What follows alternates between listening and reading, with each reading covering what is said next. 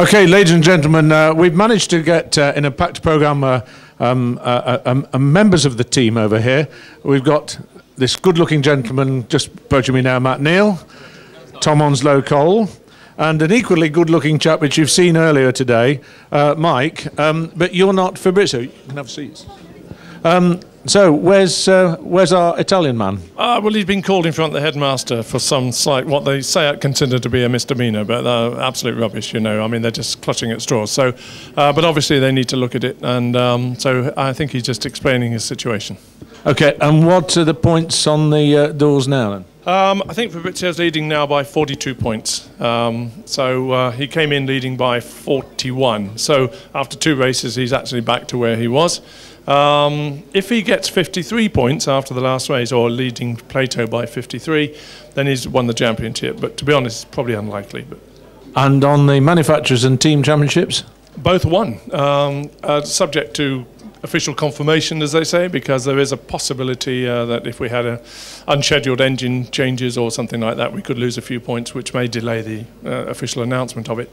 But yeah, we've won the manufacturers this year and the teams as well. So, and looks like we could, fingers crossed, touch wood and everything, finish the job off at Brands Hatch with Fabrizio winning.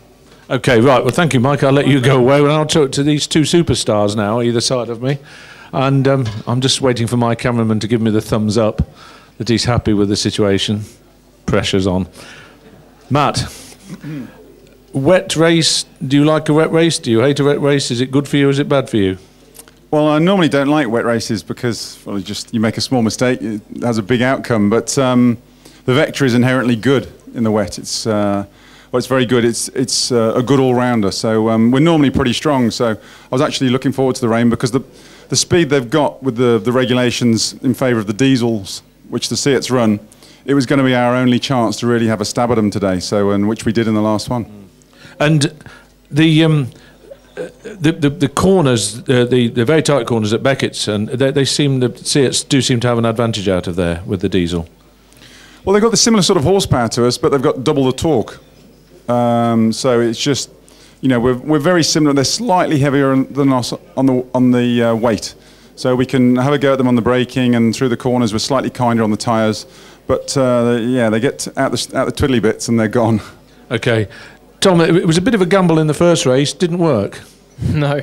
It was unfortunate, but I went round on the installation lap to the grid and on 4 slicks, and it didn't feel too bad. It wasn't the quickest way, but there was enough grip out there. So with the wet tyres at the rear, you get the stability and takes the risk of spinning, and then all you've got is the understeer to deal with. And the weather report we got in from the guys said that it's going to stay like this for a couple of minutes and then start to dry up. So we thought, yeah, gamble this. First few laps will be tough. And then we come back through, and they were right. The first few laps were tough, and they got tougher and tougher and tougher until I had to pit. And it must be so frustrating when you're in the pits waiting for those tyres to be changed. Yeah, it was. The guys did a fantastic job, though. We were back out there quite quickly, and I managed to get on the back of the safety car. But as we left the grid, with the slick front and wet rears, it was only raining lightly, but just literally as I accelerated away, it started getting harder and harder, and I was back on the radio saying, is this me? Is this just because I'm driving at the rain? It's now looking a lot harder, or is it actually raining more? And it just opened. But it was unfortunate, but we came back in the second race. Yeah, you had a good result in the second race. Yeah, it was good to come back. Like Matt says, he's quite confident in the wet. Not so much for myself. I haven't really driven the car in the wet on wets before. We've had a lot of times this year where we've been out in the wet on slicks, and we've been fine with that. I've really enjoyed that, but still getting to grips with it in the wet. But I think we're nearly there now. We had a fast pace and managed to make some good ground up in the last race. Now, what happens for the next race with the ballot? Where's it gone? Yeah, well, I was hoping for 6. Would have been nice, put me on pole, but they picked 10. Oh, really? Yes, I start 5th, so 1 position. But it's one further up, one you got less to do, and hopefully we can attack those guys at the front. Okay, Matt, this circuit is supposedly your favourite circuit, I'm told. I read that in some press release that somebody had written on your behalf, but I got that information, I'm going to ask you if you can do this lap round the circuit. I'll bring this over here. You stop where you are, and I'll come in the middle. Oops, sorry.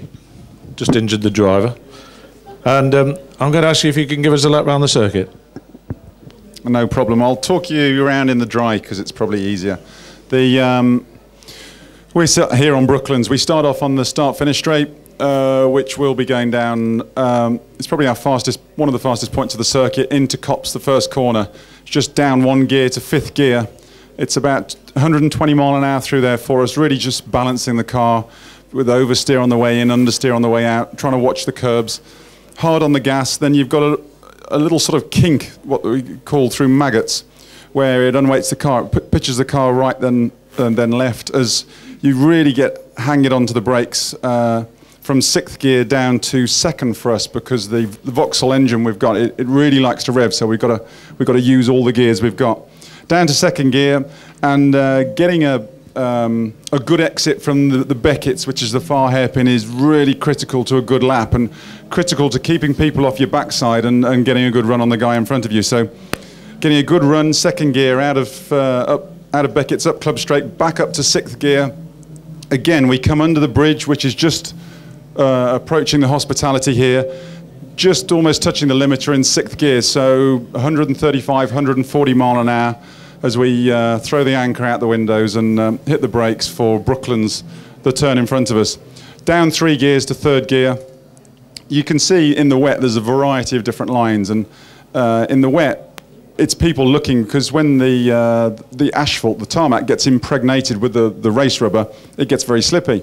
So you'll see there's all sorts of, we're all taking all different lines, some taking the big wide lines, and that's really to try and find fresh tarmac, which is more grippy. Some people, like myself, into here, we're going across the normal racing line just because it's shorter, and it's a shorter distance, but it's, you'll see a variety of lines, and this is where some collisions take place, because one goes one way, one goes the other way, and you meet in the middle. Anyway, through Brooklands in 3rd gear, little squirt on the throttle up to Luffield, and then down 1 gear to 2nd. Again, a variety of lines through here, whether you go wide or tight. Keep in the dry, we hug it round the inside, over the curb, and then hard on the gas, and then Woodcut is a flat-out drag, up to just catching 6th gear, so we're going up through the gears really, really quickly.